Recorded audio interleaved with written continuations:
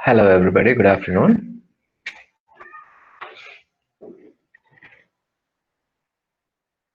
I'm just trying out a new Bluetooth device today just to make sure that uh, background noises are minimal. Just can a couple of you confirm whether you can hear me correctly?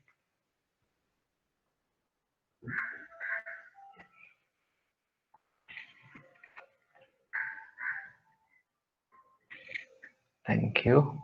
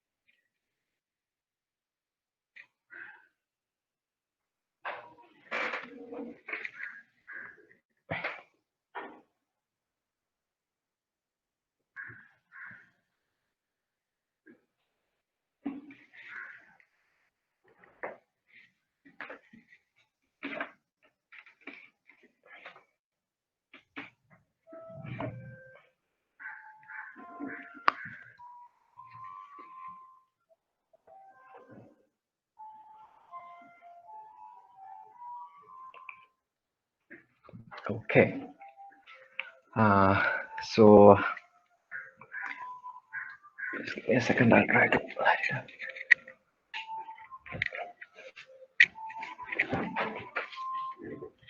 Okay. We'll start the class now. Good afternoon, everybody. We are continuing our discussion on central tendency and dispersion, and we will be going to the part two on the central tendency and dispersion. That is a dispersion area today.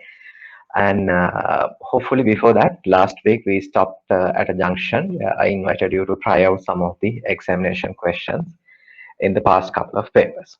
So the first half an hour to 1 hour, we'll try to spend some time on trying to evaluate how well the examiner is expecting you to answer at the examination, what sort of theoretical aspects and what sort of computational abilities is being expected at the examination. And once we're done with those questions, I think we have plenty, maybe 15 or 20 different questions. We'll try them all. Unless for the duplicate questions, we'll try all of them. And at the latter part of the day, we will try to spend on learning the dispersion measures like curtices, skewness, and uh, get a brief introduction to standard normal distribution, where you will, continue your next couple of areas of study with that introduction. But I believe that we might run out of little time today as to continue the question on the second area that we're learning today. That is on the skewness, curtices, and standard normal distribution.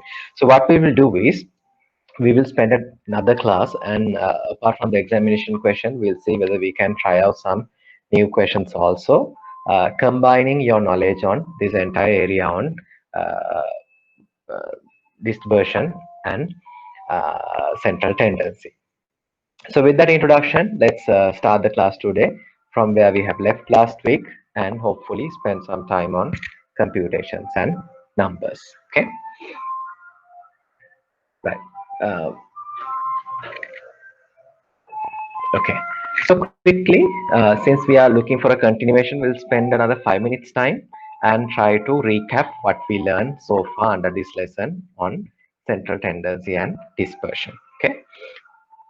So under part one, we discussed the difference between first descriptive statistics and inferential statistics. We got a broader understanding that whenever we are not accessing the complete data set and looking at a sample, we are looking at inferential statistics. Inferential as in we are continuing our assumptions that the sample will represent the complete data set of the population.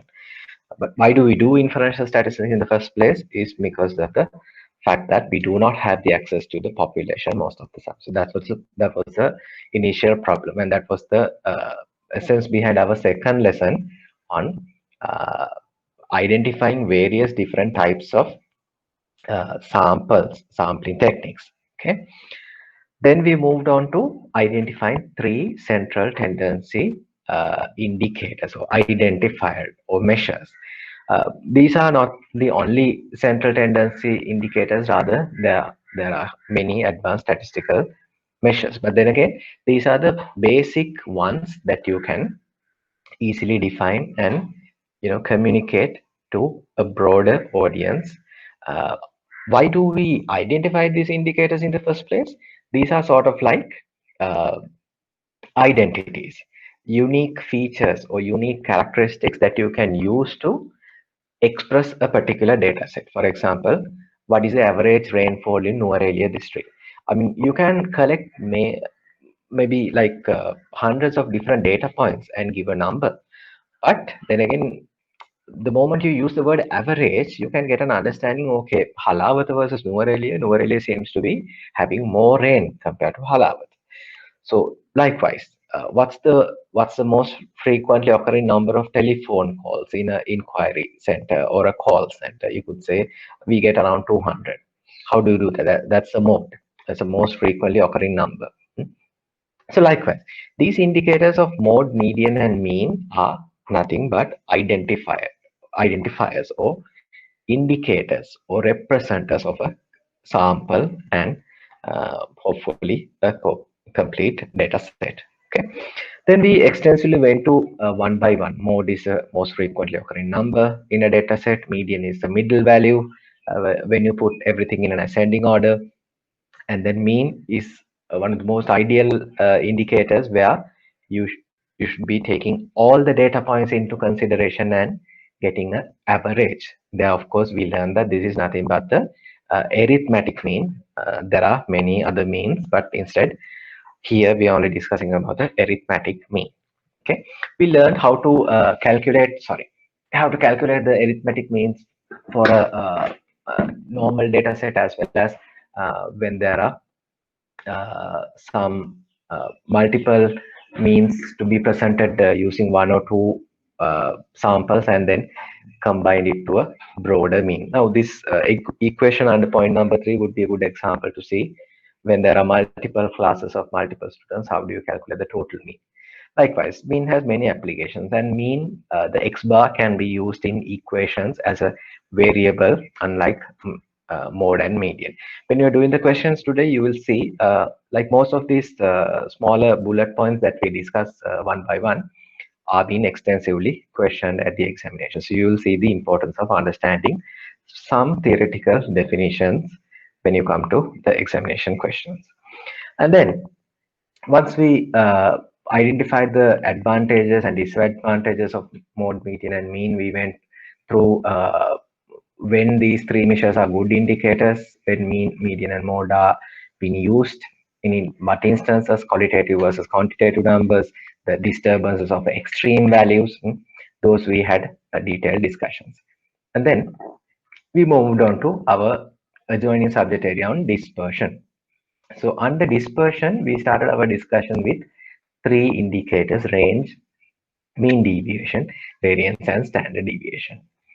So why do we try to learn the word dispersion? It is once again because we need to understand. Okay, now in previous instances like the mode and median and mean, we identified. Now these are going to be our identifiers or representatives of a particular data set. Now, once we identify the students, we need to understand for a given data point, maybe a existing data point or maybe a data point which will come in the future. So we need to understand that how vary a particular new data point or a selected data point from the selected mean kind of indicators. So that was the birth of dispersion. That was the initial point where we wanted to understand some measures for this dispersion. So you can just quote two different data sets and say, okay, they have the same mean. Let's say those cricketers example, one guy has a mean of 36 and the second guy maybe also have a mean of 36. But then again, if you look at the dispersion, one person may have, scores mostly 30s and 40s, and eventually he get a 36. But the other person, he may have scored zeros and hundreds. So his scores are pretty much non-predictable at certain instances. So that's why we wanted to understand, okay, I mean, apart from just putting up a number for central tendency as mean, median, and mode, and give you one number, rather than just stopping there, if we go to identify some dispersion measures also, with the central tendency plus dispersion, you can get an extreme broader understanding about the data set. You know where numbers are being scattered on one aspect, as well as you know how dispersed the other data points on average from the selected indicator categorically, the mean. Okay, with that background, we understood. Okay, range would be the easiest one. It's nothing but the difference between the lowest and highest value. Then we learn this indicator called mean deviation. It is nothing but each and every data point's deviation from the mean. This xi minus x bar is nothing but the deviation. And we took the modulus value, that's the value only, or the positive value in easy to understandable way, the positive value. We took them and divided by the number of items, and then we got this nice indicator called the mean deviation, how deviating you are from the mean. We learned for both grouped and ungrouped data, but the principle is pretty much similar. We subtract the value of a particular item by mean, and then take the summation of all these items, divide by the number of items.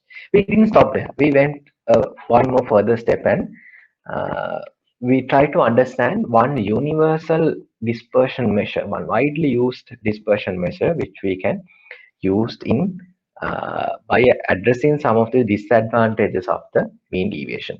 So then we started discussing about the variance and standard deviation. Variance and standard deviation, students, we gave some important definitions also. S for the sample variance and rho for the population variance and standard deviation. We learned the two equations. Uh, I mean, forget about the group data equation for the moment, just focus on the ungrouped data. It is nothing but instead of taking the modulus, so we took the square value of these individual dispersions and divide by the number of items. So this is for the population, but for the sample, and this is the equation that I want you to remember in all your practical instances. So for sample, we learned, okay, variance and standard deviation could be both defined by this equation. The only difference from population to sample, now we'll see a few of them into today's exam questions also. When you're using the variance and standard deviation for the population, we use capital N. That is the total number of items in the population. But when you're doing the same for the sample, you have to take one out. That is because of some advanced statistical computational aspects of degree of freedom, which you have to come for a much more accurate value rather than just taking simple n. Good example, let's say your population has 700 items, your capital N would be 700. Let's say your sample has 30 items. So for these two computations of variance and standard deviations, you will not take 30 here, but 30 minus 1 here. That's only uh, differentiating factor that you have to remember in this equation. But other than that, mean deviation, variance, standard deviation, everything what you do is just by take the deviation. Either you take the modulus value or either you take the square value. Now this question, I wanted you to try out at home. I hope you may have come up with answers. Um, could one or two of you, just share your answers with me if you have attempted?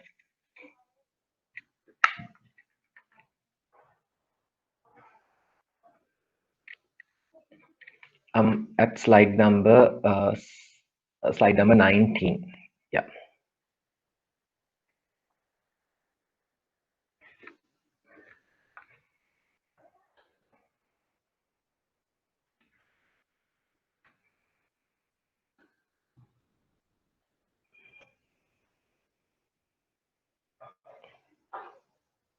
Okay, that's fine.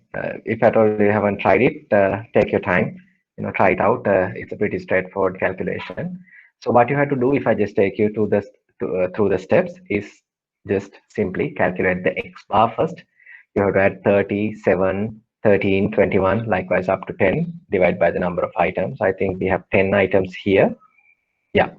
And then once you have the X bar, you have the individual items, 30 minus that X bar, 70 minus that X bar. Take the square, divide by the number of items, you should get the answer for uh, uh, variance. And when you take the square root value, you are talking about the standard deviation. Okay. If you move on from that point, then we discuss some characteristics of variance and standard deviation. We understood that standard deviation would be one of the best indicators to calculate the dispersion, because variance, you're talking about taking the square value of the dispersion. So we are taking the values of what we are discussing to a different scale. So once we take the square root of a square value, we are effectively taking the values to the same ground that we were discussing. So we understood that standard deviation would be one of the best indicators to represent dispersion. We stopped here last week at the coefficient of variation. We understood that if we are talking about comparisons of two different data sets, like these two cricketers, so there has to be one other measure to see some relative dispersion. So relative as in sapeksha. That means what is the when you compare one data set from the other data set, which one is the larger, which one is the smaller. So by identifying this coefficient of variation, the percentage value, you can compare, you can see which is the least scattered uh, data set, or which is the highest scattered or dispersed data set. Scatteredness, dispersedness, awareness, those are all synonymous. Uh, so we stopped here just by the introduction, saying that this is an indicator where you can use to compare two different data sets. Or otherwise, when data sets with different units and significantly different means can give you some different or wrong conclusions if you just use the variance measures like variation and standard deviation to compare them. Okay. So two more questions I wanted you to try out at home. I hope you may have tried it.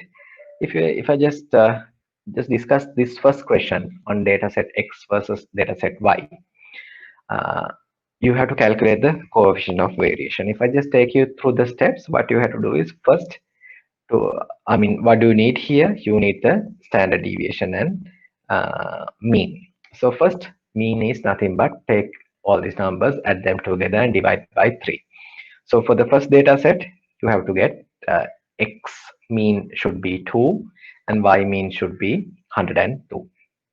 And variance also, if you do the same computation, you will have to get a similar value, 1 for X and 1 for Y. So what do you mean here?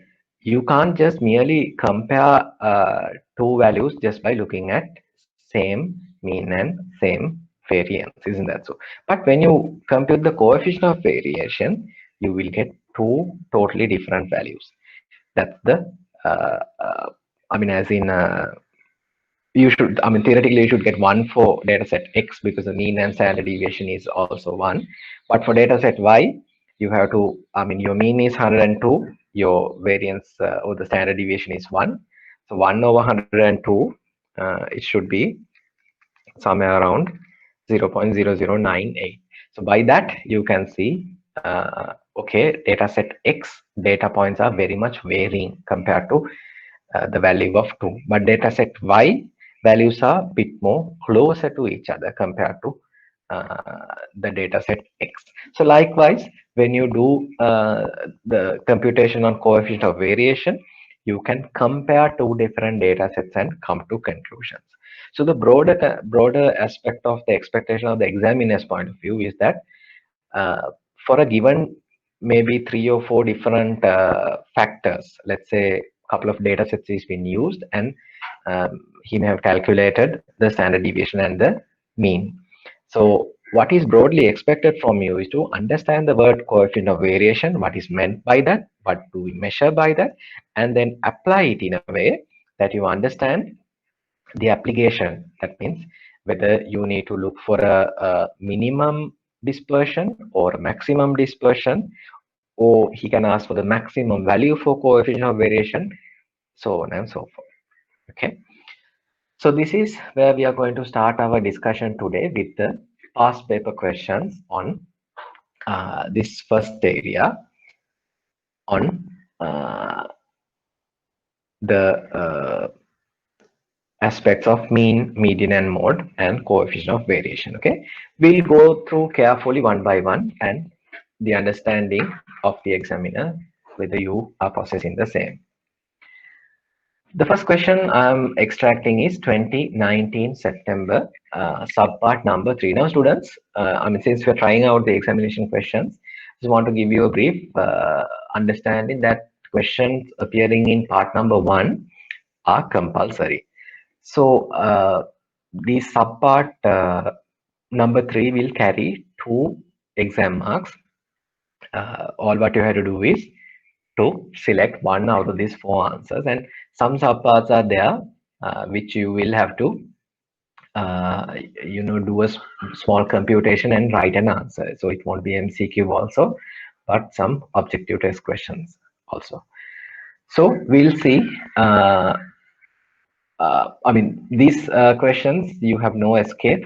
So obviously in the past couple of past papers, if you look for, at least you will find maybe 4 marks or 6 marks being allocated to this particular area. So interesting area. So we'll start our discussion. Subpart number 3. We'll read the question first. The quality control manager of a LED bulb company samples 100 LED bulbs and finds following set of data.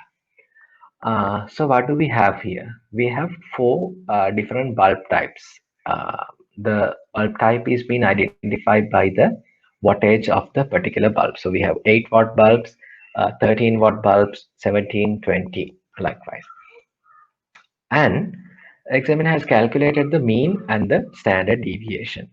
So what eventually this researcher has done is, this quality control manager, he has sampled 100 LED bulbs. So maybe 100 from each, or 25 from each, that doesn't really matter. So what these numbers will tell you, the mean value for 450, okay, this will be sometimes the usage hours. That doesn't really matter. Standard deviation will say, okay, you take 100 bulbs.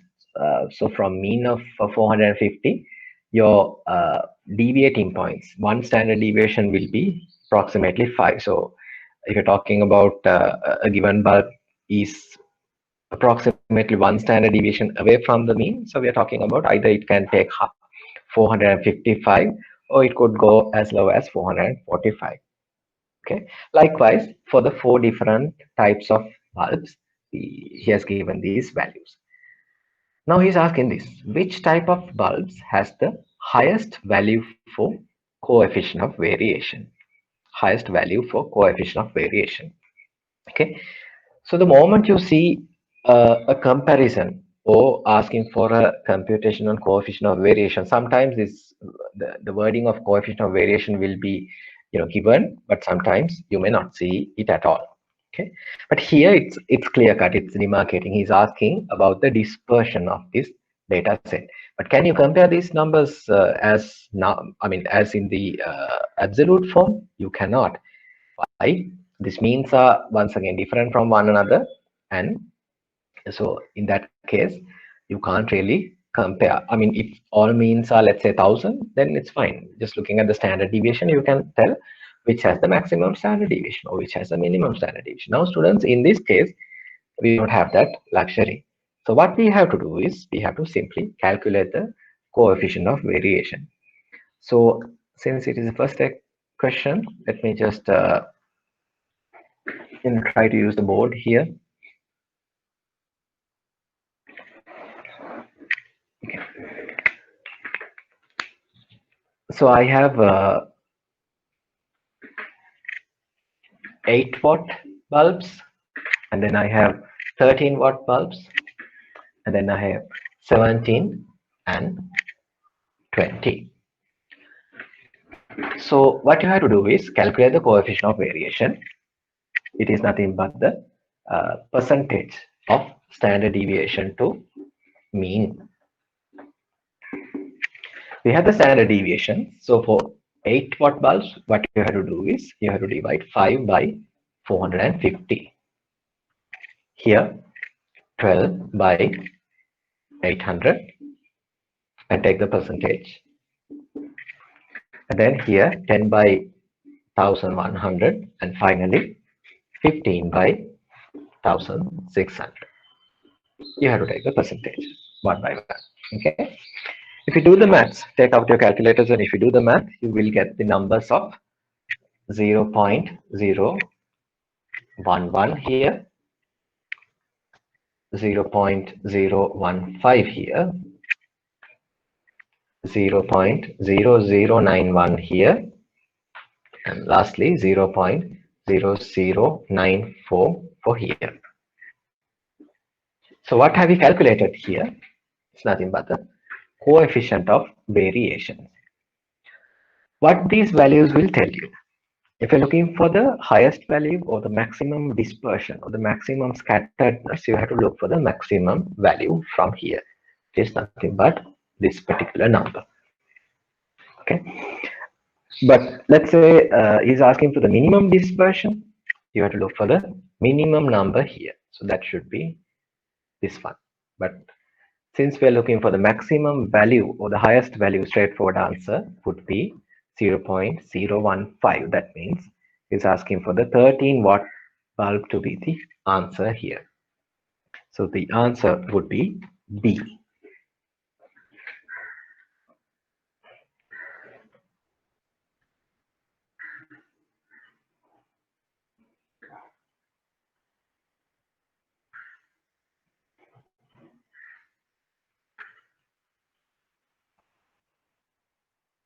Okay.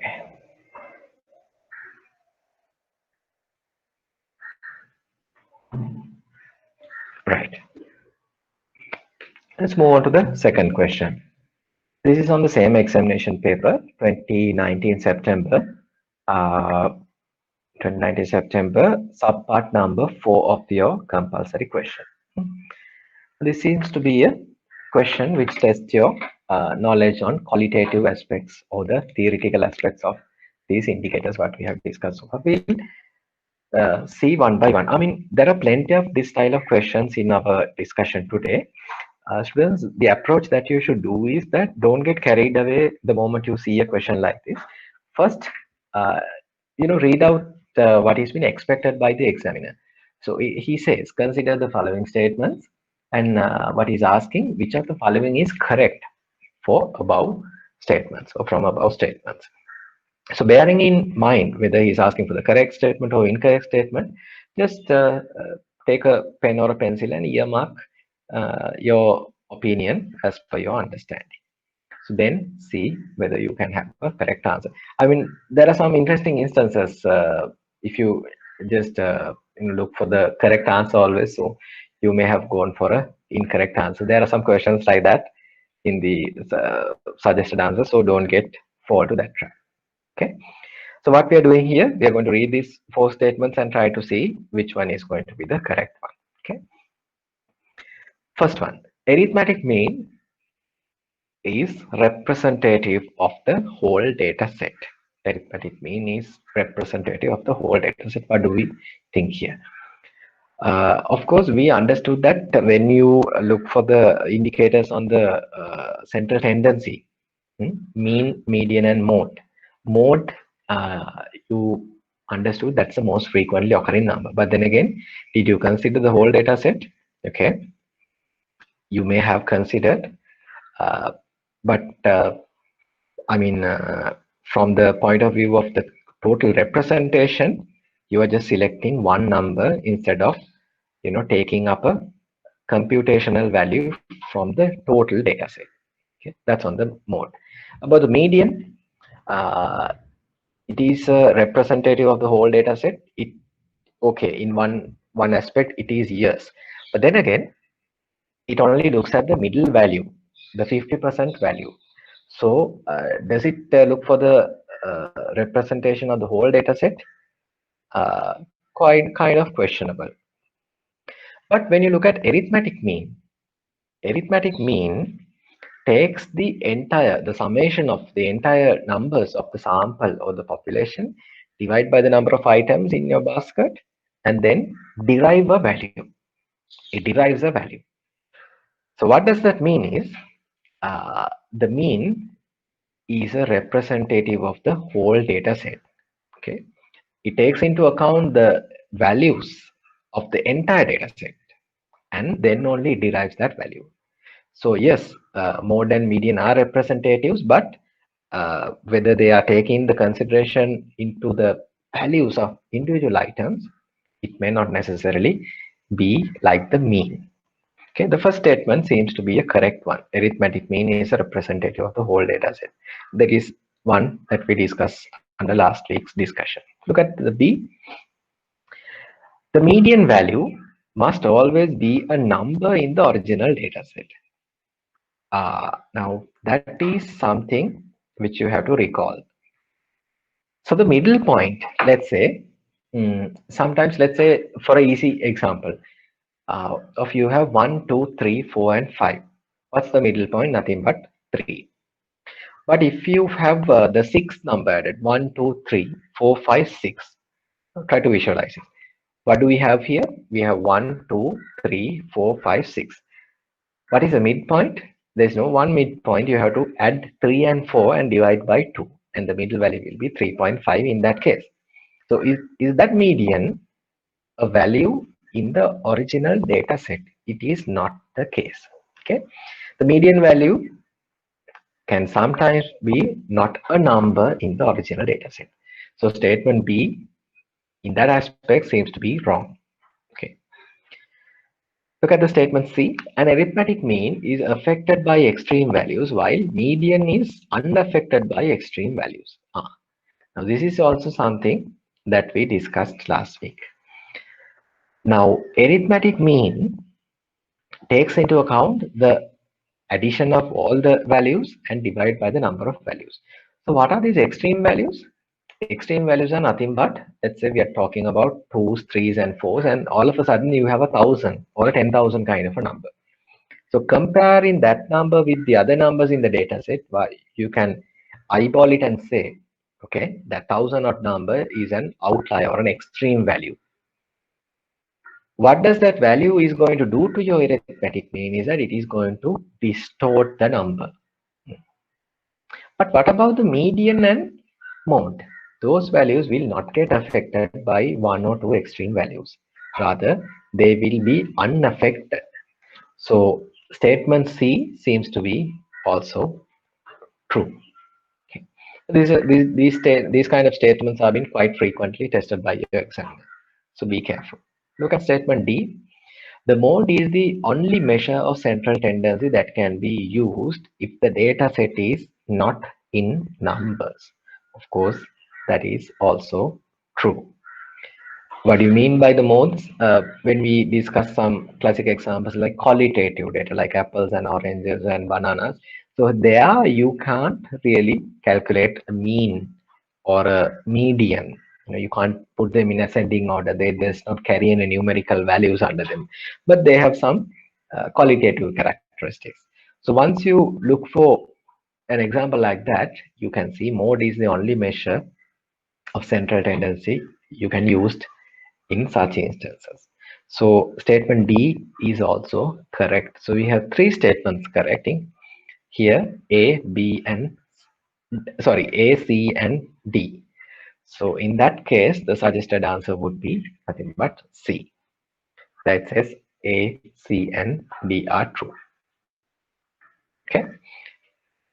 Now this is my expectation for you to get a glimpse on how you will be tested at the examination. So there are plenty of questions like this. So in the next questions, we'll try to move a little bit faster. But the whole idea is that you have to get a broad understanding on the characteristics of mean, median, and mode. Where they are useful, what are their weaknesses, and at what instance one will supersede the other. Okay, moving on. Look at the same question paper, subpart number 5. Now, how many questions are there from this 2019 September paper so far? Now we're looking at, this is the third question, third MCQ, so altogether 6 marks. So you see the importance of this uh, elementary area of statistics still being tested. Look at the statement. Consider the following statements. What is the expectation? Which of the following is correct from the above statement? So still we will look for the correct statement. Okay. We'll go one by one. A. Mode is defined as the most frequently occurring value in a distribution. Correct or not?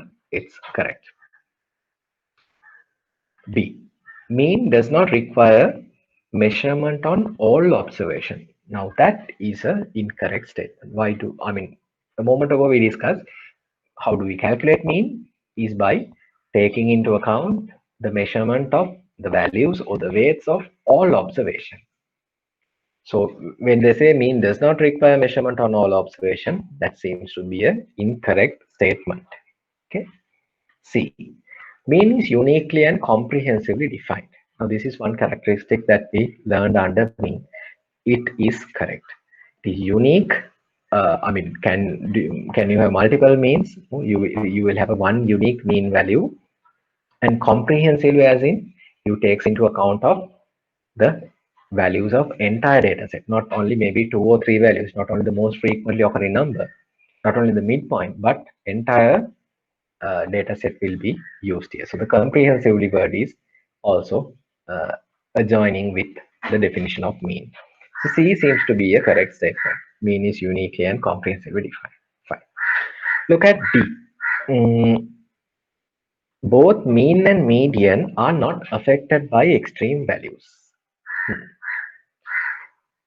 Okay, about median, fine. We learned that mode and median does not really care whether there is one extreme value towards your most small number, so maybe negative or 0, or on the other hand, whether you have one extremely large value like 10,000 or 1,000 among other values of tens and hundreds. The problem is mean. When they say both mean and median, that word both is the problem child here. The median is not affected, but mean is going to be affected by the extreme values. Okay. So in that instance, we can see, okay, answer D seems to be also incorrect. Why? Because the mean is affected. So in that instance, we have two statements. A and C is correct. Sorry, they are correct. So in that instance, we can say statement A, sorry, answer A is the correct one. Subpart 5, answer is A. That is answer A and C only correct. Sorry, the statements A and C only correct. Okay. So you see similar theoretical aspects being questioned a couple of times. And in the same examination paper, 2019 September, now if you answer this question also correctly, we're talking about gaining 8 total marks in the exam paper, just one exam paper. Maximum marks being tested from this elementary area of dispersion and central tendency. Let's read this. Following observations were made on average daytime temperature. Okay, made on average daytime temperature X in Celsius. So X is the variable for the temperature, and the values of X will be measured in Celsius. So the small 0 and capital C is the sign for Celsius. Data in Kandy in June 2019. Okay, following observations were made on average daytime temperature data in Kandy in 2019. Now we were introduced to these signs last week. This sigma or this big sign over here gives you an indication that we are going to add the individual numbers, of whatever comes after that particular sign. Okay, so when you have I equals 1 to n here and here also, what do you mean by here is that this is the starting point, that is the smallest point, and this is the maximum point. So this xi stands for ith item, I simple th, ith item. So that means x1, x2, x3, x4, x5, and up until x simple n. So here, over June 2019, average, as in we can assume, okay, this has to be 30 different data points, and this simple n equals 30 shows that, okay, that's the case. So for every day, they have calculated the average temperature. What do we see here? This is nothing but the portion of the variance and standard deviation calculations, isn't that so? So here what we have is individual item minus the average, and we take the square value of it. So for instance, you may have, let's say you may have average temperature like 20 degrees. Okay, that means if the day's temperature is 24, that means 24 minus 20, that means you get 4 here, 4 to the value square, means you should get 16. But what do we have here? You have 30 such 16 kind of values added together. That's the idea of this entire portion being equal to 58. Okay, so the portion of the variance equation is also given here. And finally, you know, n is 30, that means we have 30 different data points. Fine. So what is been expected from us to calculate is the average temperature. Average is a synonym or a similar word for mean. Average temperature in June 2019 and its variance are given by. So this is the expectation. You have to calculate the mean and the variance. Okay.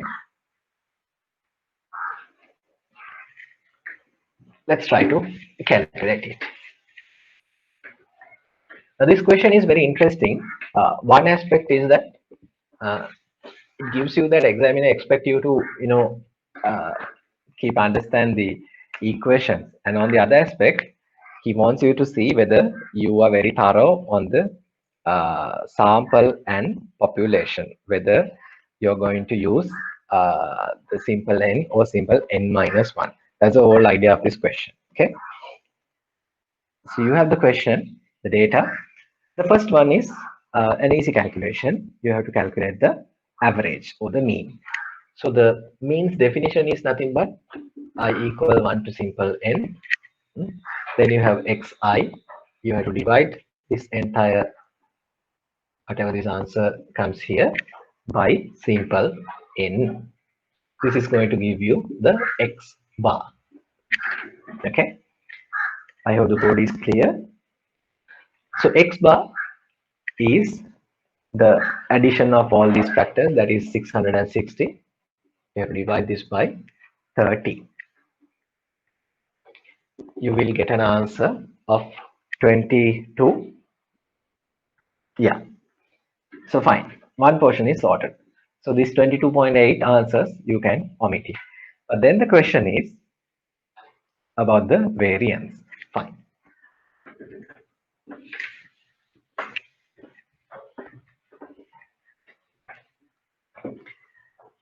When you calculate the variance or the square, the problem is whether you're looking at the n or n minus 1. The equation will be I equals 1 to n. You have individual xi minus x bar. You take the value, you take the square of this entire portion, and then you divide by n or n minus 1. If it is a population, if the question says that you're looking at the data of an entire population, that is perfectly fine. Okay. But the question is put in a way that you have to guess, since it is been not mentioned as the population of the candy's entire data set for like 10 years or maybe 100 years it's been collected, and if the name population is given for that instance, for this particular data set, you can comfortably take capital N here. But since they have not mentioned it, always at the initial stage, I taught you guys, if the word population has not been mentioned, you have to always assume that you're looking at the values of a sample. Hmm. So in that instances, under that assumption, you have to take n minus 1 for this calculation. Okay, I repeat myself. This is the whole idea. You're talking about the answer of either A or C because we know the variance is 22 now. But if you take 30, you will end up with answer A, and if you take 29, you will have to, sorry, if you take 29, you will end up with answer A, and if you take 30, you will end up with answer B. So that's the struggle that you have to make here. Be careful, unless the word population is mentioned, all the time we are looking at samples. And also just by arguing from common sense also, you can guess that whether you are looking at a total population or a sample. Let's say that if the question is being put up in a way that the population of entire Sri Lankans are being taken into consideration and their weight or some parameter has been measured, and in that instance, okay, you get the glimpse that you're looking at the population. But this question is put in a way, okay, 1 month data in Kandy is being measured. So will this be the only measurement for the temperature in Kandy? You can't do like that. You will have to look for July. You will have to look for August, so on and so forth. And for but what about 2019? Can you stop in 2019? No. You have to continue the same exercise for 2018, 2020, and see whether your data are extremely outliers or whether they are all in a pattern. So from that angle also you can argue. You have to make a call here, and always remember that unless being mentioned, you have to assume this data you're looking at a sample. Okay. So the computation is easy. Examiner has given you the values of this entire section as 58, and this has to be 30 minus 1, that is 29. 29 into 2 is 58, so you have to get an answer of 2.0 here. So with that computation, you have to get an answer of simple A, 22 for average or the mean, and 2 for variance. That's an interesting question. Take your time and listen to our recorded conversation again and try to understand whether why did we take n minus 1 instead of n. Okay. Right. A nice question. 2019 March. Uh, I think there are 2 or 3 questions like that in the past 5 years if you look at the past papers. It says, in the following data series, the median midpoint was calculated as 40. Okay, now they have given some numbers. It's not in the ascending or descending order, it's in a random order. And there's a capital X unknown value. Okay, the examiner is asking the value of capital X would be. There are 4 answers. Okay. What can we do here? First, we have to see, you have to put all these numbers in an ascending order or a descending order and try to understand what the midpoint is going to be. Okay. But before you do that, you see the median value of 40. Can you see that number in any of these values? You cannot see. So that means either X has to be 40 or there has to be some sort of a computation which will have to derive the value 40 by choosing one of these values for X. Okay. So first, let me use the board here. So first, let's go back to the basics and try to see the basic definition of the median. For a small unstructured or ungrouped data set like this, what you have to do is first you have to put them in a ascending order. Okay, I have the values. I'm going to put it like this. You have 6, you have 12, you have 24, then you have 34. Okay, then you have 39, 44, 56, 78, and 98. Okay, how many numbers are here? You have 9 numbers, but you have the 10th number of x also. Okay, uh, but x, let me just put it randomly here. What do they say in the question? They say they say the median has been calculated as 40. So from I mean, we'll keep a small space to x in our mind, but we'll deduct from one by one side. We can assume, okay, 3 from here, 3 from here. Okay, the midpoint has to be either at this side or either at this side. Okay, it depends on the value of the x that we can derive from the known data. So x will have to be either come here and give you a median of 40, or x will have to come here and give you a median of 40. Okay. I mean, theoretically, you can plot x somewhere over here, and so that 39 and 40 will have to be added and divided by 2 to get a value of 40. But if you do add these values and divide by 2, can you get a 40? You cannot. Okay. We'll add 39 and 44, your midpoint will be more than 40. Okay, so that suggests me, okay, fine. What if I put the x somewhere over here? Then what will be is, okay, I'm going to put the x value for somewhere over here. Then, okay, fine, 4 numbers from this side, 4 numbers from this side, fine. Now these two values I have to add and get the value of 40. But the moment I put this number in between this 34 and 39, what happens is that this has to be a number lower than 39. Isn't that so? So this has to be either 35, 34, something like that. And that value is also not given in the suggested answers also. So that gives me the final conclusion. Okay, fine. This is not the place for the x, but somewhere over here in between 39 and 44. And once I put this number here, x over here, 4 numbers to this side, 4 numbers to that side. So this addition of these two numbers divided by 2 should give me the median value. That's how you should go for deductive reasoning and finding the answer for x. So the median point will be nothing but 39 plus x divided by 2. This is been given as 40.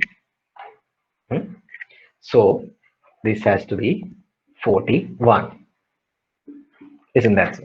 39 plus 41 divided by 2 should give you the midpoint of these two numbers at 40. So the answer will be answer D. Answer is 41. Okay. Interesting question.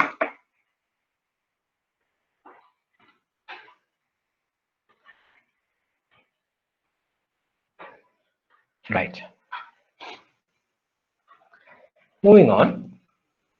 We have the same question paper 2019 March, subpart number 5. Right. Now these are qualitative questions. We'll try to move a little bit faster. Consider the following statements on the mode. What are you looking at? Characteristics of mode. Which of the following is correct from above statements? Okay. Part number A, or rather the statement A. It is the only measure of central tendency that can be used if the data set is not in numbers. Fine.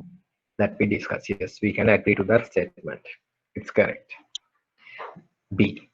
It is defined as the most frequently occurring value in a distribution. Yes, that's the broader definition of mode. Fine. B is also correct. C. Some distributions have several modes. Of course, yes. I mean, easiest number distributions that we discussed, like in our very early examples, if you have the most frequently occurring number with maybe two or three values, let's say 17 twos and 17 threes. So you can define both as modes, multiple modes. Fine. C also can be taken as a true, correct answer. D, it is a middle point or the score of a set of values. No, that is not the case. The middle point is what? It's the median, not the mode. Fine. That instance, we have A, B, and C as correct answers. And we have a suggested answer like that. You can take answer C for this question. That is only A, B, and C are true. Okay. Right. We have 2018 September, uh, the next question paper, going a little bit down from the 19 point now. Question number 5. Fine. The coefficient of variation is used to measure. Now, what do we know about coefficient of variation?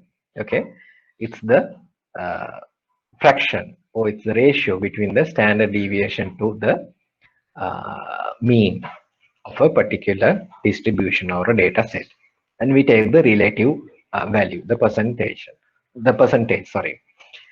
And once we take that, what can we do? We can compare two or three different data sets, and we can get an understanding or the comparison of dispersion from one data set to the other.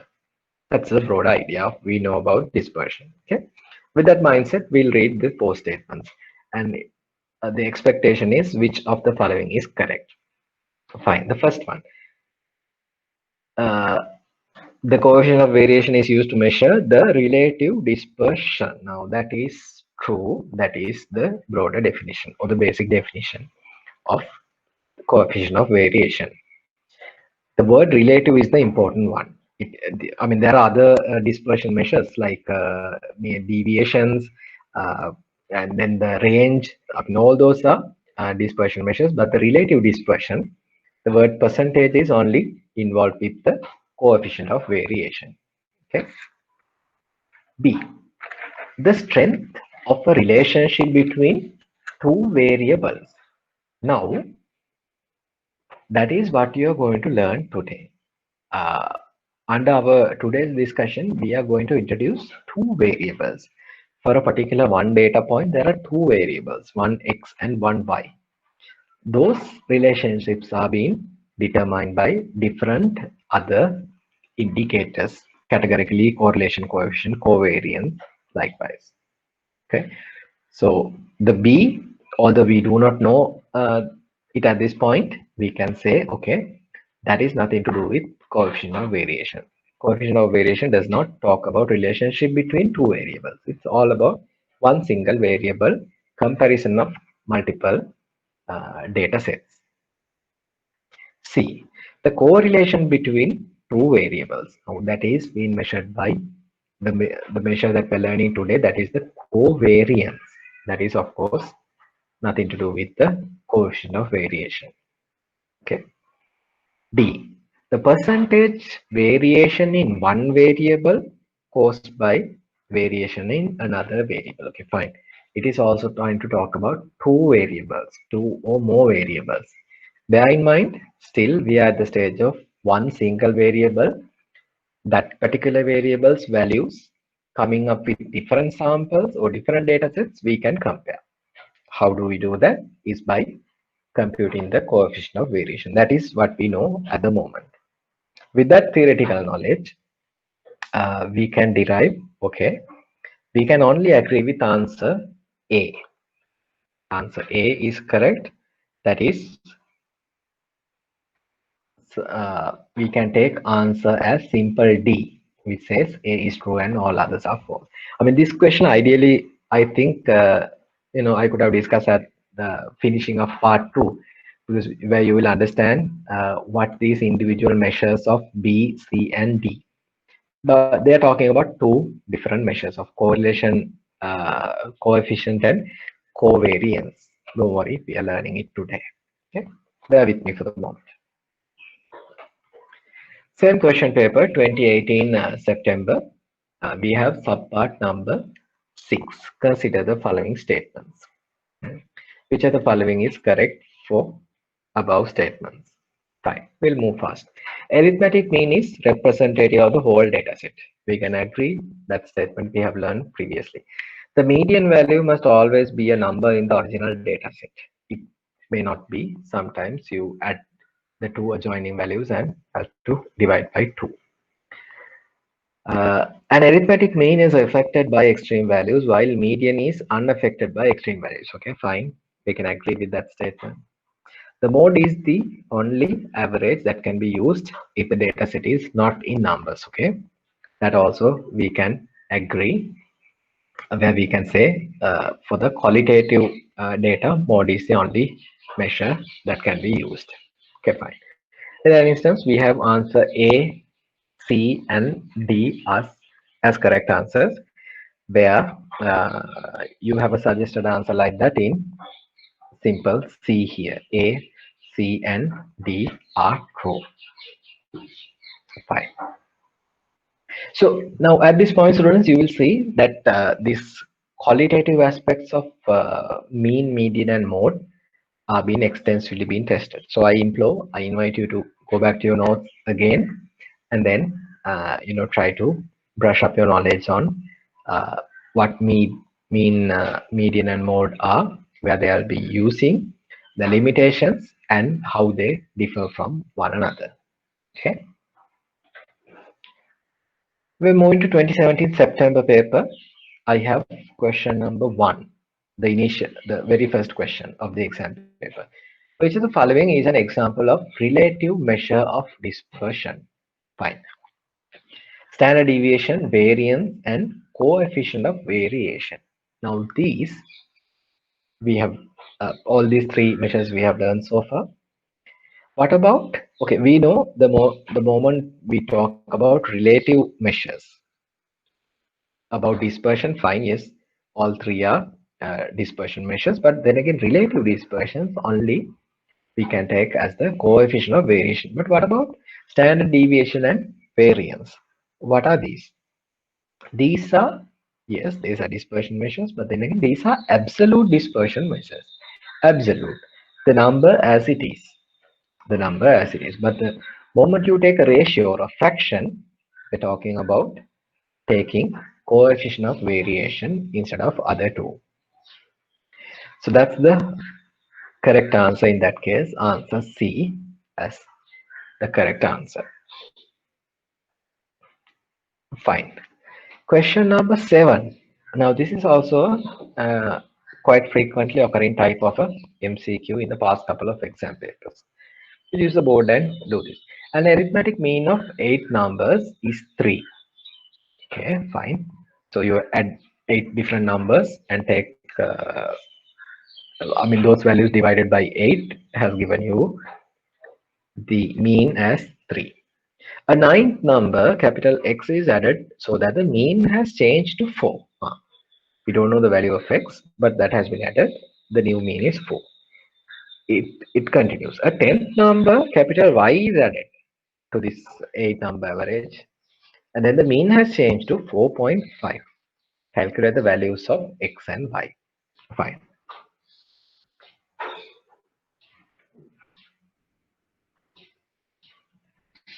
Okay. Now this is also on the very basic definitions of. Now you see how the median definition is being tested by a previous examiner. You have to just put them in an ascending order and then argue where the X value is going to lie. But here, similarly, your the very basic computation on the mean is tested to see whether you can do a bit of arithmetical computation and introduce variables and try to calculate an unknown value. Okay. So if I just put it like this, the sigma of 8 numbers, okay, the addition, the arithmetic mean of these 8 numbers is given as 3. But the sigma, the addition of these individual values, let me just put it as T1. This is a variable that I just introduced, T1. And if there are more totals, I'll put T2, T3 likewise. Okay, this is for my ease of reference. So what does this tell you is T1 divided by 8 is equal to 3. T1 divided by 8 is equal to 3. It's correct, right? You divide this arithmetic, the addition of these numbers and divide them by 8 should give you the arithmetic mean of 3. So in that case, I can get the sigma of 8 numbers just by multiplying these two numbers. So this should give me T1 is equal to 8 into 3, 24. Now this I know so far. Now, then they're going to add this ninth number to the total. Now the T1 total plus this ninth number as capital X, and then instead of 8, now I have to divide them by 9. Now this average is no longer 3, but rather it has moved to 4. Fine. We know the value of T1 now. We can plot it here and then easily calculate X. I'll show you how to do that. T1 is 24. And in the meantime, I'm going to multiply this 9 by 4 and put this to one side. 9 into 3 should give me 36. So 24 plus X is equal to 36. Now this is the final form of equation. So X has to be nothing but 12 for this equation to balance. Easy, right? So, but the question doesn't stop here. It says a 10th number y is added so that the mean has changed to 4.5. Okay. If I just write it in the PO form again, I have 8 numbers here, and then I have this 12 here. So instead of T1, let me just correctly put the value of 24. This is the addition of 8 numbers. This is the ninth number, and then I am going to add the capital Y number. Then divide by 10. My new arithmetic mean is 4.5. It's 4.5. Similar to what we did here. We have 36 here. That's the addition of these 9 numbers. And then Y here. I can multiply this 10 into this side and get 45 for this side. So that means 36 plus Y should be equal to 45.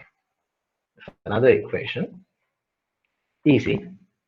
You can get Y as 9 for this to be equal to one side to the other. So the values of X and Y should be 12 for X and 9 for Y. Interesting question, isn't it? So I think at least I could see one more question like this previous discussions. Previous examination papers. Where this is going to test you nothing but a absolute fundamental on these definitions of mode, median, and mean. We'll move on. 2017 March. I have question number 3. 2017 March, question number 3.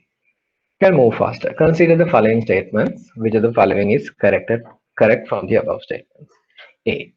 Mean makes use of every value in the distribution and can therefore be disturbed by extreme values. Of course, it can be disturbed. Median, B statement B. Median is always an actual value occurring in the distribution. No, it may not necessarily be. B is incorrect. C. Mean is uniquely and comprehensively defined. Yes, we learned it as a characteristic of mean. Correct. D. Mode is defined as the most frequently occurring value in a distribution. Fine. That is also correct. So we have A, C, and D as the correct answers, and we have a suggested answer of simple A. The first one as the correct answer for 2017 March. Right. Now look at this question. Question number 7, 2017 March. Exactly similar to what we did a moment ago. An arithmetic mean of 9 numbers is 3. Okay, maybe at this examination question, maybe if the students has performed quite badly at this question, so the same question may have been tested in the adjoining paper. An arithmetic mean of 9 numbers is 3. A 10th number x is added so that the mean has changed to 4. 11th number y is added and the mean has changed back to 3. Calculate the value for x and y. Since we attempted the one question from this nature, could any of you share your answers if you have attempted?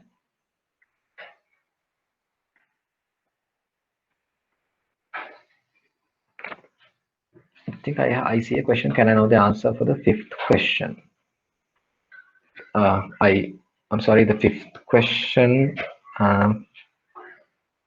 as in the MCQ fifth question, I believe. I think Praveen may have answered you correctly. So yeah, for this question on 2017 March, question number 7. Can I see some answers if you have tried it out for value of x and y?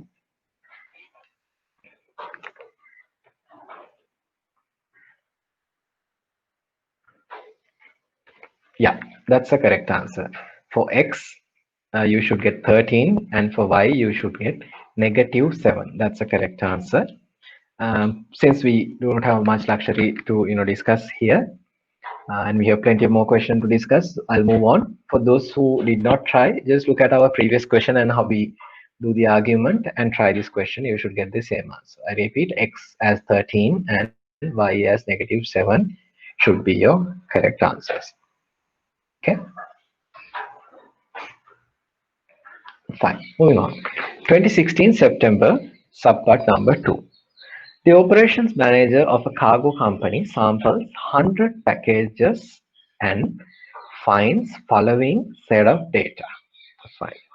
What this researcher has done, sample of 100 packages, and from these 100 packages, he has computed 4 different variables.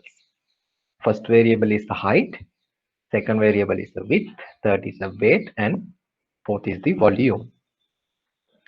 And he has got the values for mean and standard deviation. The moment you see the values of mean and standard deviation, you can guess, okay, examiner must be targeting at the coefficient of variation. Fine. What is being asked here? Which parameter has the highest variation? Which parameter has the highest variation? What do you mean by that? That's the maximum variation. Or on the other hand, the maximum value for coefficient of variation. Okay, easy. All what you have to do is take the ratio between the standard deviation and the mean. Okay, if you do that for height, let me just share the answers with you since we are running a little short on time. For height, you have to get 0.1. That's 0.2 divided by 2. For width, you have to get 0.2. That is by 0.2 divided by 1. For weight, you have to get 0.244. That is 12.2 divided by 50. And last one, for volume, you should get 0.125. That is 0.5 divided by 4. Correct. I see some people are sharing the answers. It's correct. Yes. When you look at these 4 values of 0.1, 0.2, 0.244, and 0.125, the maximum value is being computed for weight. Again, if you try to reiterate and try to understand what is meant by this highest variation is that, okay, fine, you have a mean of 50 and a standard deviation of 12.2. That means from looking at these two values, by taking this ratio, we get a value of 0.244. And that is the maximum variation that you can see in this data set compared to height, weight, and volume. True that they also have some dispersion, because I mean, if there are no dispersion, the standard deviation should be theoretically 0, because you have one mean and entire 100 packages will have the heights of 2, 2, 2, 2, and the width of 1, 1, 1, 1, and weight of 50, 50, 50 likewise. But it is not the case. it is slowly deviating. The width is 50 in one instance, and the second is maybe 52. And you have standard deviation 12.2, so it could go up to 62.2. Likewise, maybe 70.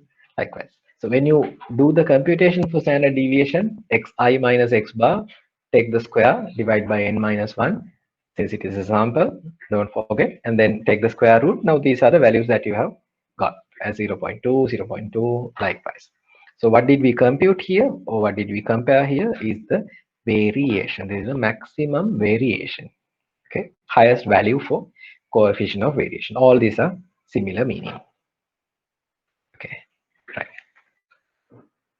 2016 September. Right.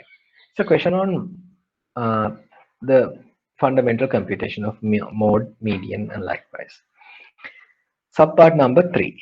The following data represent the number of internet failures observed in a day in a bank branch for past 2 weeks. We have two failures, 0 failures, and 16. Okay, one outlier kind of a data seems to be also here, one extreme value. Consider the following statements. The mode is 2. Fine. You have, I think, 5 number of 2's. Yes, that's the maximum number of occurring number. Then the next would be 3. You have 3 number of 3 failures, so on and so forth. So okay, fine. The first answer seems to be correct. The mode is 2. B. The most common occurrence is having 2 internet failures in a day. Fine. It's the same definition.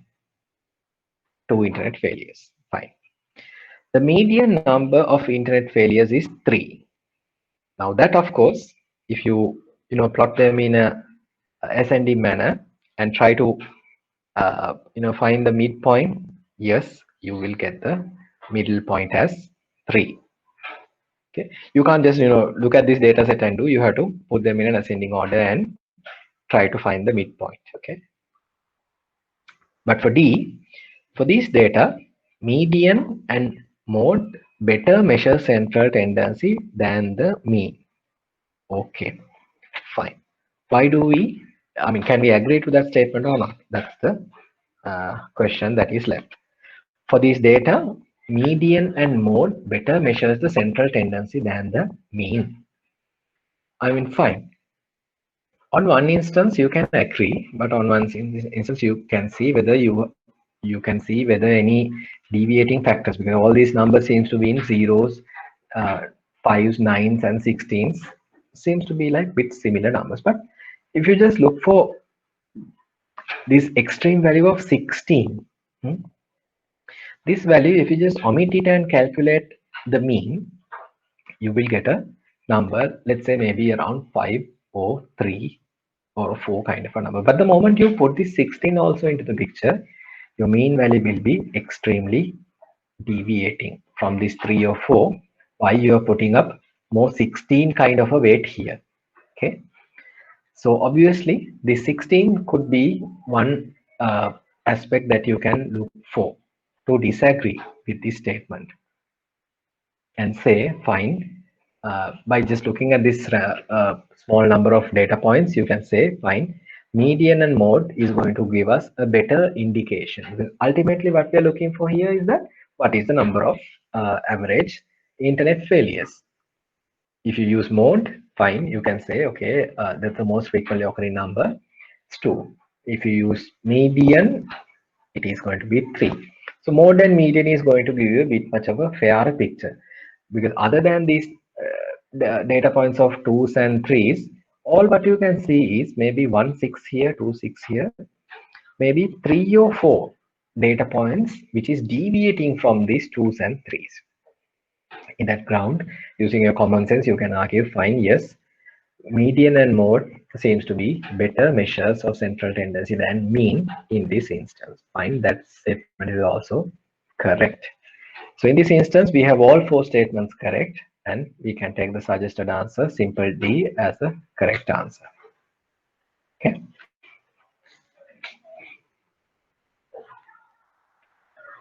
Fine. 16 September, question number 6. Consider the following statements.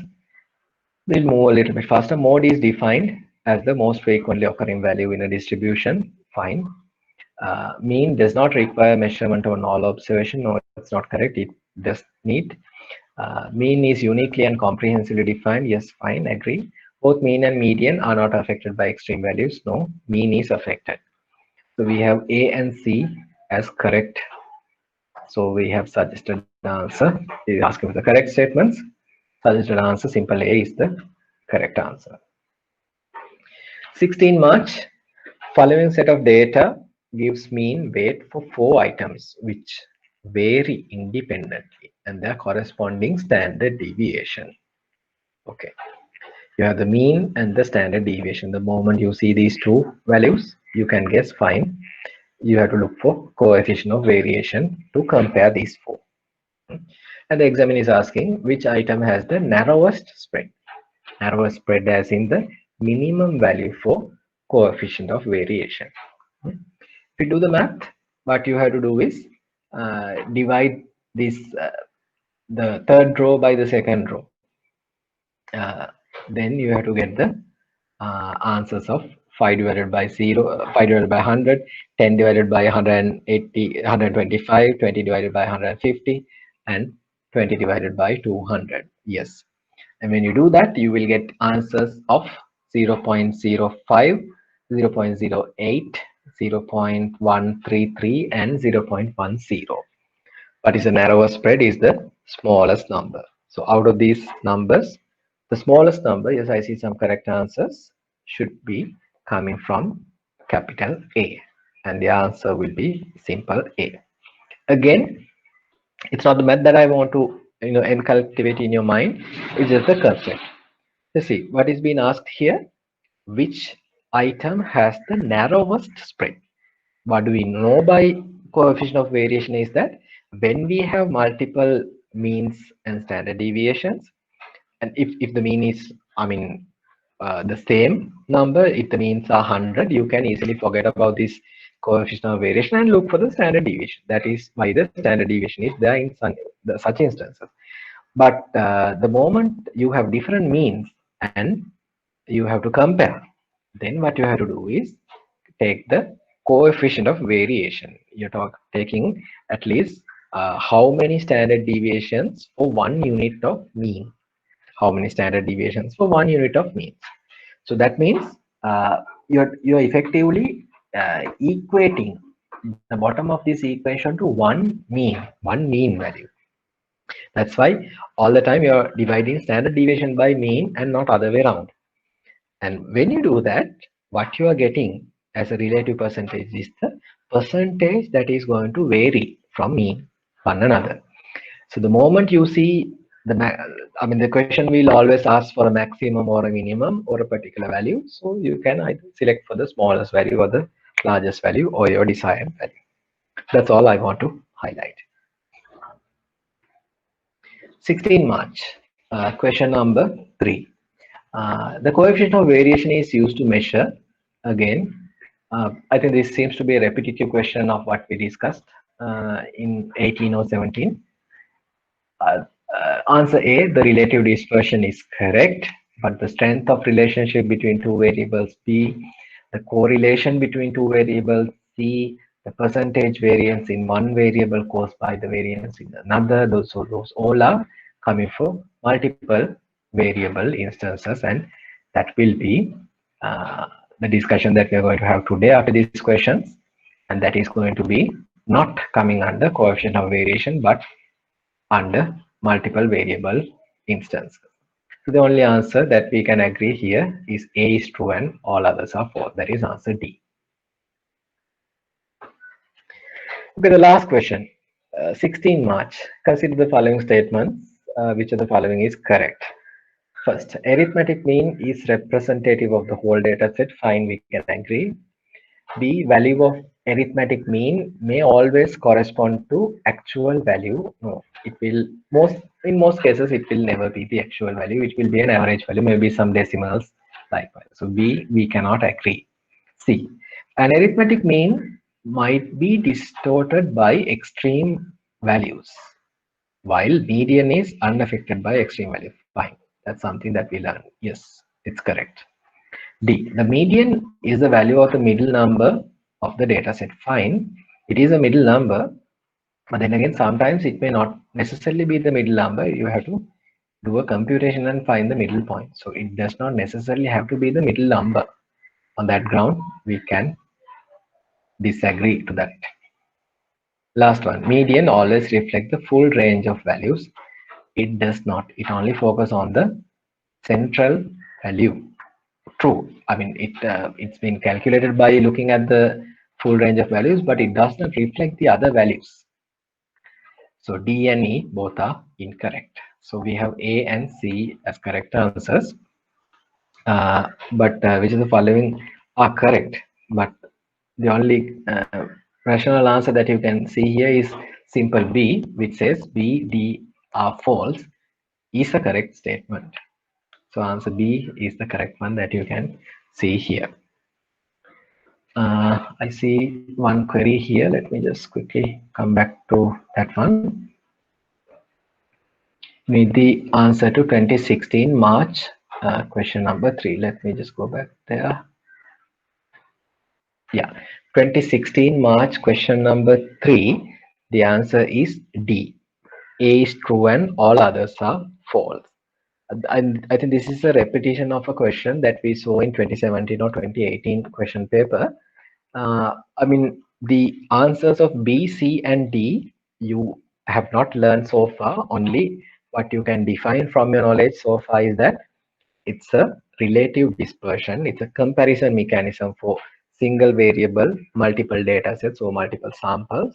But the moment you have two or more variables, coefficient of variation is not the measure, but there are some more measures that we are going to learn now. Okay, right. Okay, I think, yeah, I think sorry, what's the answer for question 6 in 2016 March? Let me just see that again. Question 6, 2016 March, the answer is B, B, B for boy, which says capital B, capital D, and capital E are false. Okay,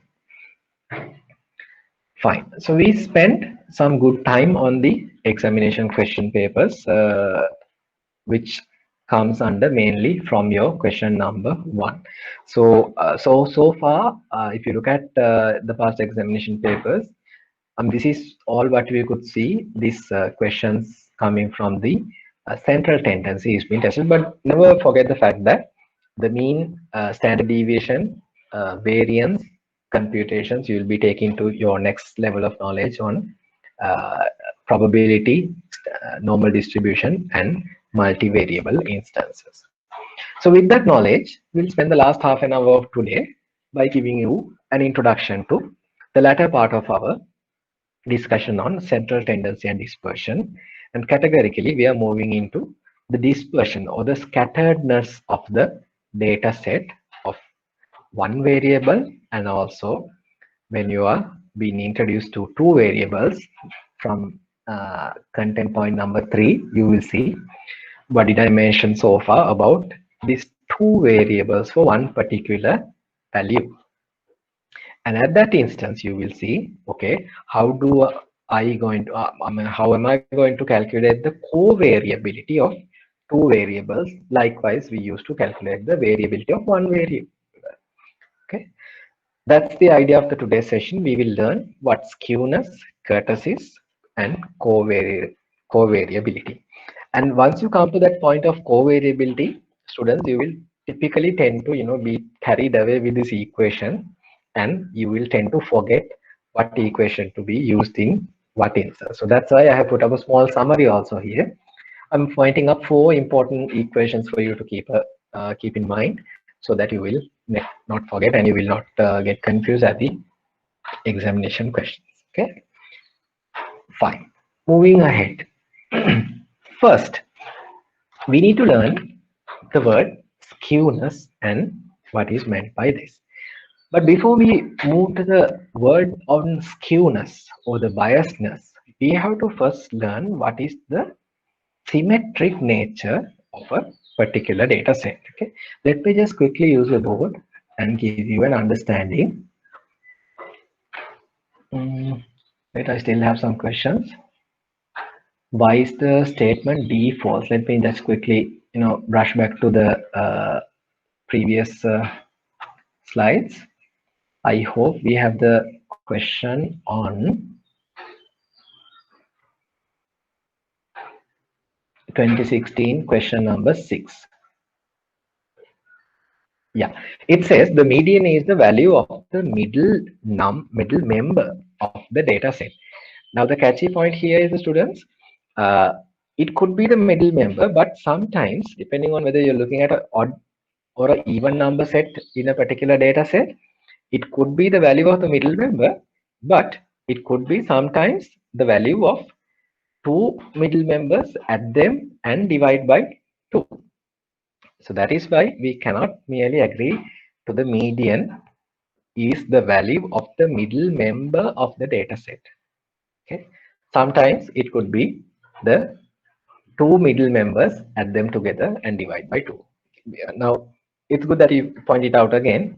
I think I also rushed a little bit over there, but what I want to highlight is that carefully go through this wording and see. It says the value of the middle member of the data set, or even if you put the middle number, that gives you the same meaning, but still we can't agree because of the odd and even numbers. Okay, fine, right. So we were about to, sorry. Okay. Now, before we were trying to, go to the understanding on the skewness or the biasness, first we have to look for the symmetricness or the bell curve that we can see in a normal data set.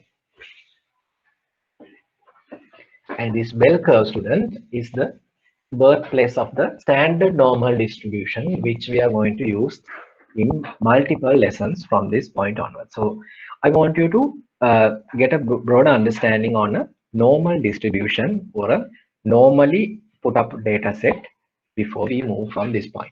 So what I have here is that, let's say I'm putting up a small graph here, and then I have the frequencies here, or the heights, or the number of occurrences. Still we are using just one variable and that value of the variable. Let's say I'm talking about students here. Then in that instance I have number of students to this axis, and the values, let's say in kilograms, I'm going to plot their weights of 52, 53, 55, likewise up until, let's say, 72. And then I have two students of this 52, maybe 3 or 4 students of 53, likewise. Then when I do a small scatter diagram like this, when I join them, now this is a distribution. Put it in a visual way. Okay. If you could recall our lesson number 2, I did not spend time on explaining you what a scatter diagram is. I told you we will be using it quite frequently in upcoming lessons, and this is where we are going to learn it right now.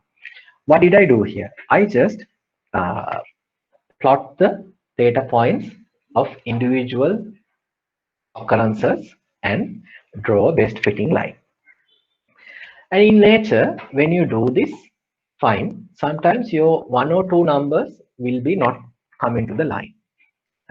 There's a whole lesson in statistics that we're learning under this curriculum, which is going to tell you how to plot this line and how to identify that line in a linear instances, not like a curvy instance like this, but it's also an interesting lesson. Sometimes you will see maybe 2 or 3 values will come here, some values like this, some values like this. So what does this can tell you? It can tell you, fine, for a single variable, one particular variable of weight, number of students. When you plot this data point in a scatter diagram, this is nothing but a small graph, and when you plot it using a best fitting line, This line we call in statistics as the best fitting line.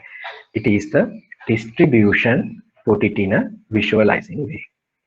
In nature, if you now this is an example of maybe 70 students, okay, but in nature when you put like thousands and maybe millions of data and multiple data points will give you a nice distribution which is sort of like a bell curve, a curve like this. You have some extra low number of smaller values, some extra low number of outlier values. So these compared to these middle points seems to be some outliers or extreme values. That's why I told you at one point it could be either from when you're taking from the central point, it could be either from the zero or the negative side or from the extreme positive side. Now this is in statistics, mathematics, we call it as a normal distribution. And when you do some computational adjustments, we call this as a standard normal distribution. But for the moment, we can call this as a normal distribution. And why do we learn this at this point is that we need to understand fine. Now previously we plotted data by using okay. Now we have 0, 0, 2, 2, 2, 3, 3, 5, 6. Now these are nothing but this similar data. Only difference is that when you have multiple occurrences, I have used the frequency 0, 1, 2, 3, likewise. Now, for instance, this 2 may be 3 2's here. Okay? Nothing new. I mean, it's all so far what we have learned. I'm just putting up in a graphical way. So the moment we plot it in a way like this, okay, by looking at this point, you can guess fine. That is a point where our mode or the most frequently occurring number will be. Why? Because I put the frequency here. So this is the maximum height. So this is the point of mode. Okay. And also mean and median points. The median point will be the 50-50. So if I put 50% here and if I put 50% values here, there is one particular point that is going to demarcate these two 50%. That is going to give me my median point. Okay. And mean value is also nothing but these individual numbers. You add them and divide by the number of items where you will get a mean value. So all these values in a normal distribution will be coming into the central middle point. Okay, we'll see whether it's the exact middle point or whether they are deviating from slightly one another. But logically, you have some numbers to this side, you have some numbers to this side. So logically, all these three values of median and mean should also come near the value for mode. Mode is easy. Mode is nothing but you have the maximum height. So you can identify here. Okay. So when you identify this normal distribution, that is where we can discuss whether in nature, when you look at a particular data set, whether we can see this data is being deviated from this shape or not. Let me repeat. When you do this kind of a plotting and when you analyze it, whether you can come up with the argument, okay, fine, am I looking at a nice normal distribution like this, or is my distribution is somewhat deviated or scattered away from one of these side, either to the negative side or to the positive side. That's the whole idea of skewness. Okay, the skewness is nothing but whether we are looking at a particular given data set is distributed away from the symmetrical shape. The symmetrical or the samamitical shape is nothing but something like a nice bell. You can, when you put up a central 50% mark, 150% will be exactly similar to the other 50%. Okay. don't forget the fact that we have just put up a best fitting line. It does not necessarily have to be the actual data points. Let's say you have only 20 numbers.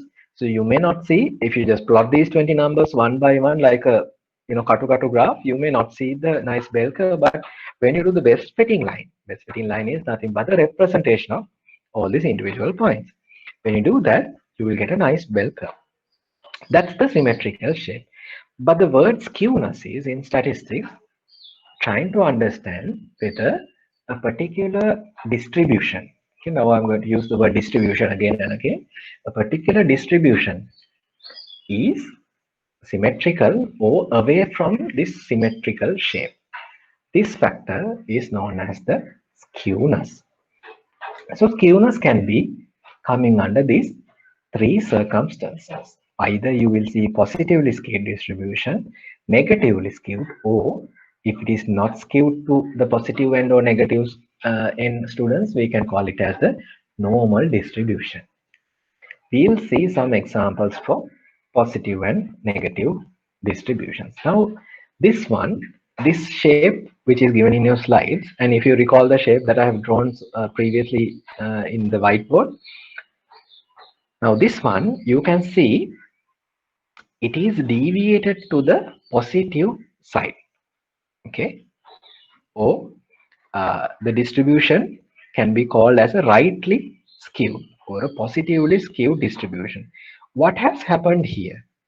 Now this data set, okay, compared to a nice bell curve, there are some more concentration of data to the zero side or the left hand side. Some more data points are towards the left hand side. So the right hand side has been skewed or deviated away from the midpoint. So this shape of a distribution, we can call it as a positively skewed distribution. Let me take you through the notes. If a smooth frequency curve of a distribution falls with a longer tail, this tail is longer towards the right side from its maximum point or the peak point, then such distribution is called as a rightly skewed or positively skewed distribution. That's the broader definition. So it's easy. If this is the positively skewed distribution, so the flip side of it should be the negatively skewed distribution. Will come there. Majority data points, the second bullet point, majority data points will have lower values than the average or the mean.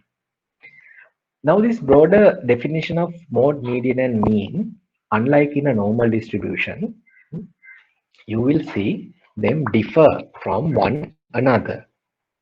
But before I take you to there, let me just skip 2 slides and show you what a normal distribution is going to look like. At the initial discussion, we argued, yes, this should come to the middle point. The mode, fine, we have no doubts over there. It should be the maximum frequencies, also the maximum height. So the mode should be at that particular point. But students, the interesting nature is that if the distribution or this values being scattered like this, being put it in a best fitting line, if this distribution comes into a symmetrical distribution or a normal distribution, we can see mean, median and mode values are going to overlap one another. So that means mean value is equal to median and it is equal to mode. It's in a symmetrical distribution. These data points are neither skewed towards your left hand side or towards your right hand side. So data points of mean, median and mode will be take equal values. Okay. Can it happen? Yes, of course. What do you mean by the value of mean? Mean is nothing but you take all the values and divide by the number of values. So it should come to the middle point. Why? We are looking at a perfectly symmetrical distribution. So both sides you should have 50% and 50% data. Median is also 50th percentile, 50% mark. So if it is in the symmetrical shape, fine, yes, it should be equal to the mode. So from this point, you're distributing your data set 150% towards this side and 150% towards your right hand side. Now, bearing in the idea of symmetrical distribution in mind, we will come and see what has happened to the positively skewed distribution. Okay. Now, students, the mode is very easy to understand in these instances. The positively skewed and negatively skewed, what you have to recall is that the height point, if it is looking at, if you're looking at the maximum height point, fine, that has to be the mode. Okay, even in the negatively skewed distribution, if you look at the maximum height point, it should be the mode. And the median will always be in between mode and mean. I repeat, the median will always be in between mode and mean. And mean, mean will have to be the 50% weighting of two different sides. So this left hand side weight, if you look at the area under the curve, this particular area versus this particular small tail area.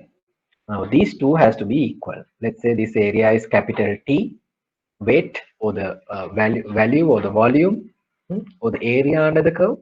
If this area is T and this smaller area is also going to be T. That is this area to the left hand side from these dotted lines.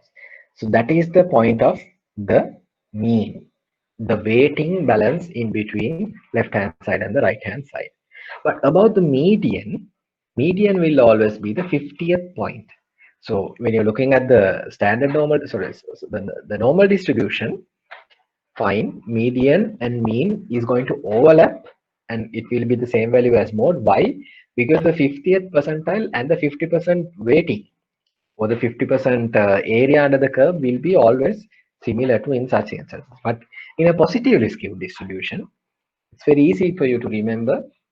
The mode will be the maximum height point and mean will be the 50% dividing point of the weight point of view or the area point of view, and median will be the middle value uh, again, which will be always coming in between mode and median. So this is the nature or the shape of the positively skewed distribution.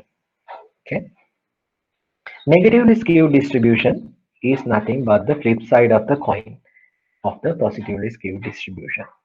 You have the mode as the highest frequency, fine, no argument over there, and median again in the middle point, while the mean towards your left hand side.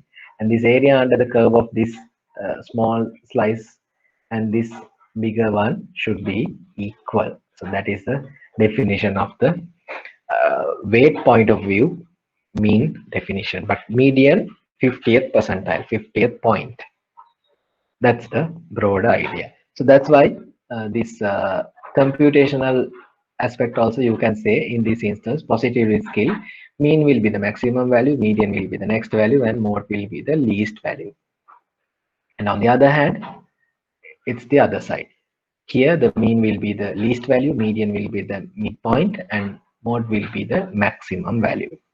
But in practice, what sort of nature that you can see this positively skewed distribution? Mostly you see in your A-level examination, when you look at your marks of a tougher question paper.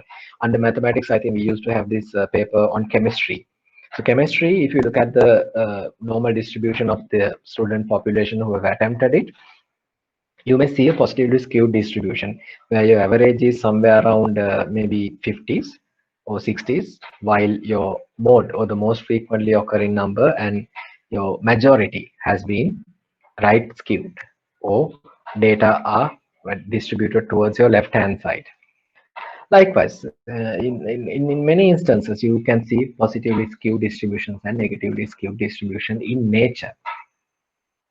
But in statistics, for us to do our computations and do assumptions and go to the next level, we have to mostly assume that the data over time and over many data points been occurring and collecting and gathering over millions and millions of times, thousands and thousands of times, we can assume that it will take a symmetrical distribution or a normal distribution where mean, median, mode, all these values will be equal to one another, and we will have a nice bell curve kind of a area. A lot of statistical question will say, fine, assuming a normal distribution, assuming a bell-shaped distribution.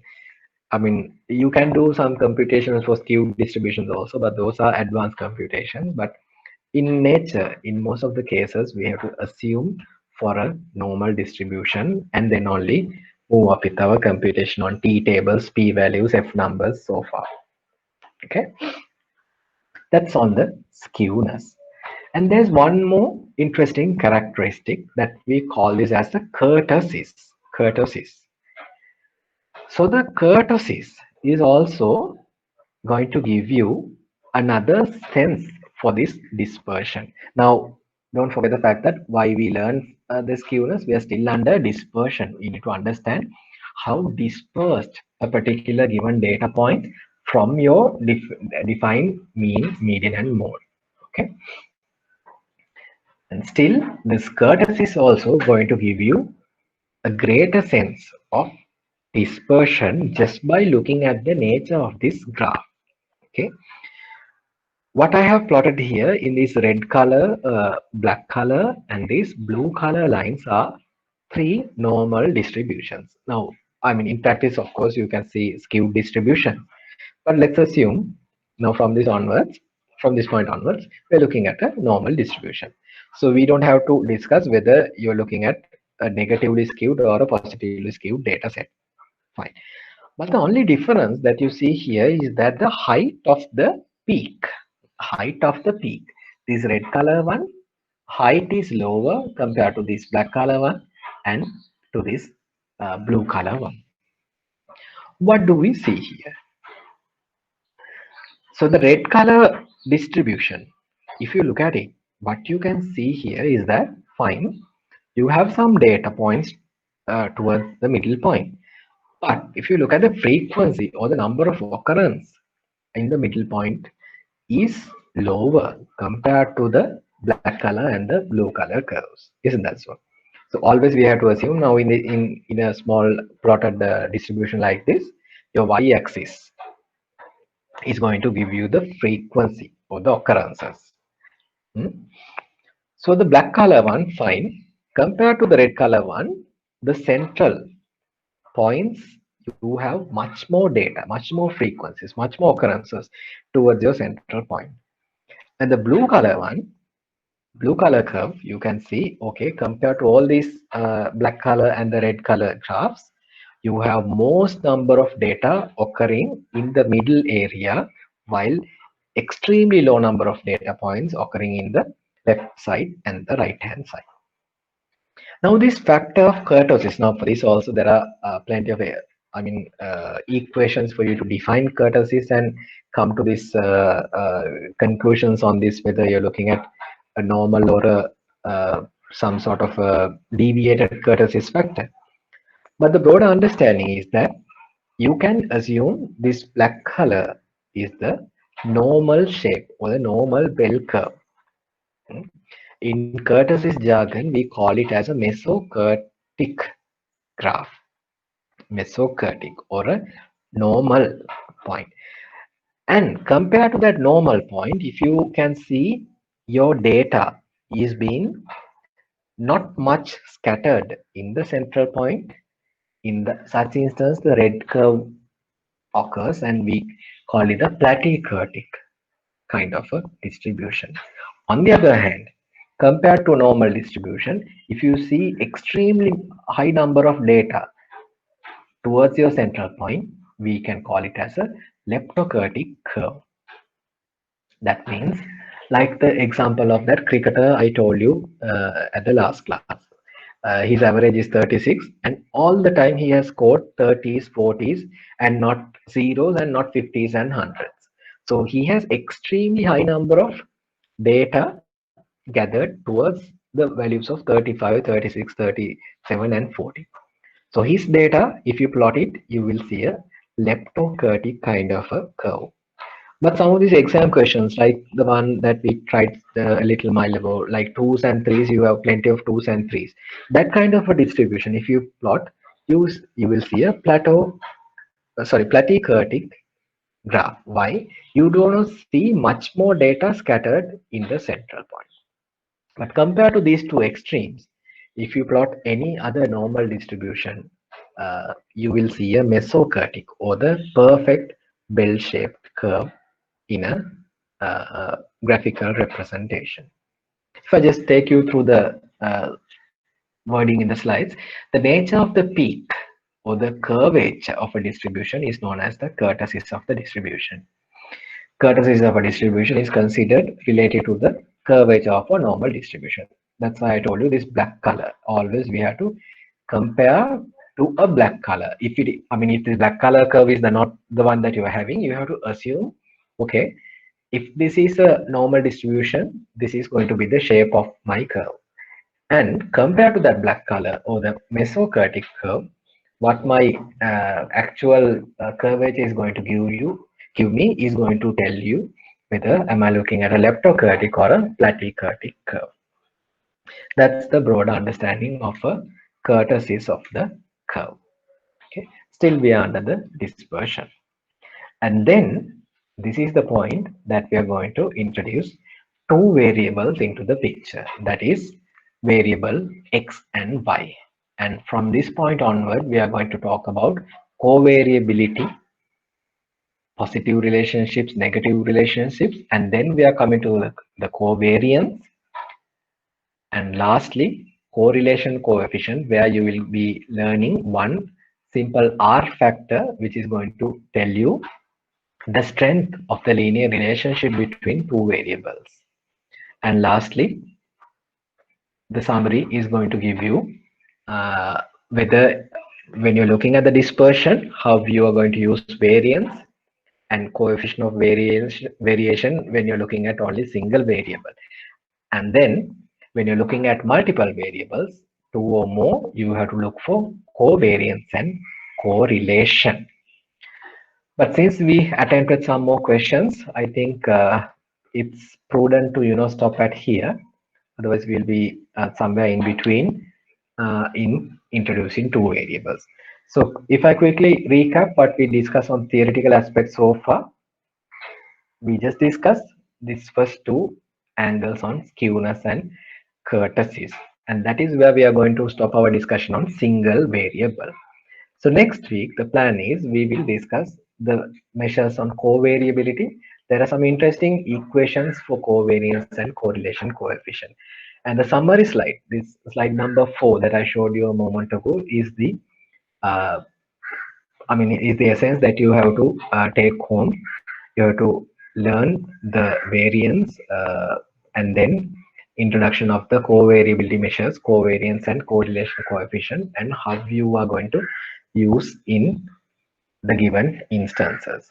And hopefully once we're done with the discussion on two variables, the latter part of the next week we can discuss on all the past paper questions similar to what we discussed so far on the mean, median and mode during the day to day. Okay, I can conclude the lesson with that, but I can spend a little time here, and if you have any questions to clarify, any doubts, any examination questions to rediscuss, we have 3-4 minutes.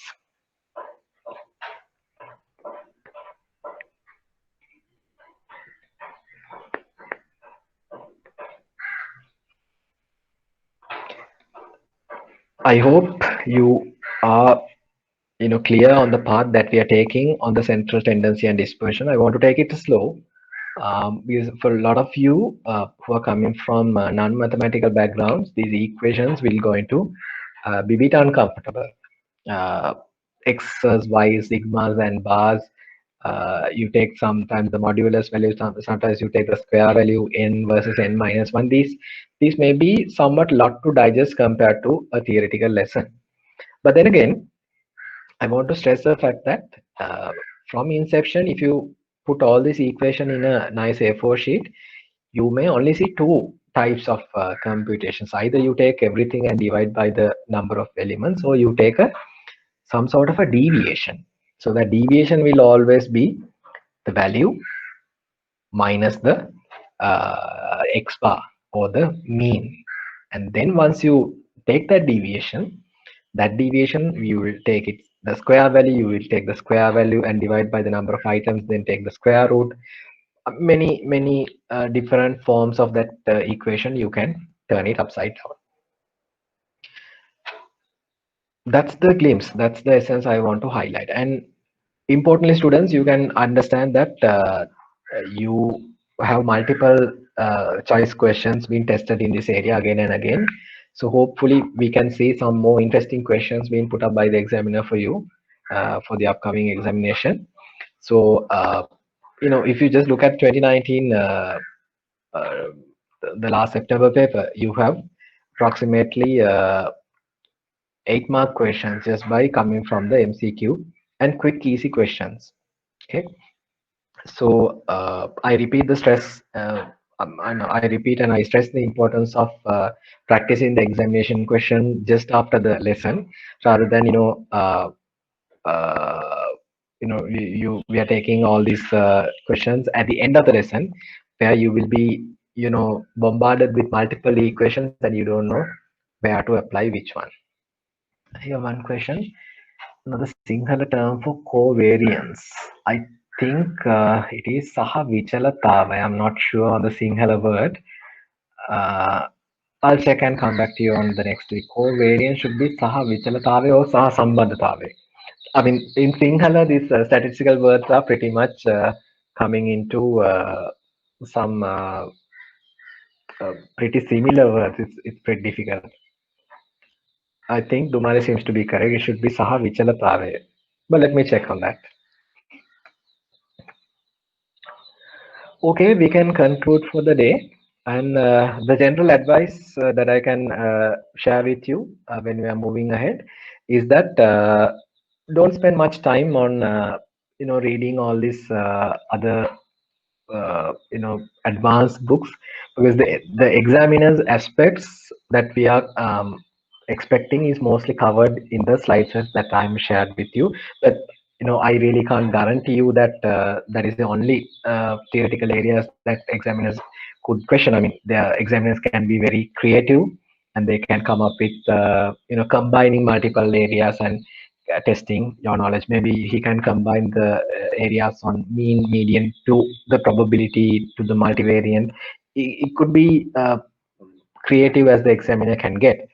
But then again, if you look at previously question 3 or 4 different exam papers, you can see the easy trend that we have to practice and keep it in our mind, so you don't have to worry much. And I stress again, I spend a lot of time on exam questions because we're talking about a math paper. So we can't really, unlike an economics or accounting paper, you can't really, discuss theories and look for qualitative statements. So, but rather we have to practice and, do questions. So instead of, trying our new questions, I really want to take you to the exam question itself. So you will be very much familiar. Fine. So with that, if any of you have any more questions, I'll leave for a couple of minutes, and others you can leave the meeting. Thank you for your time and stay safe.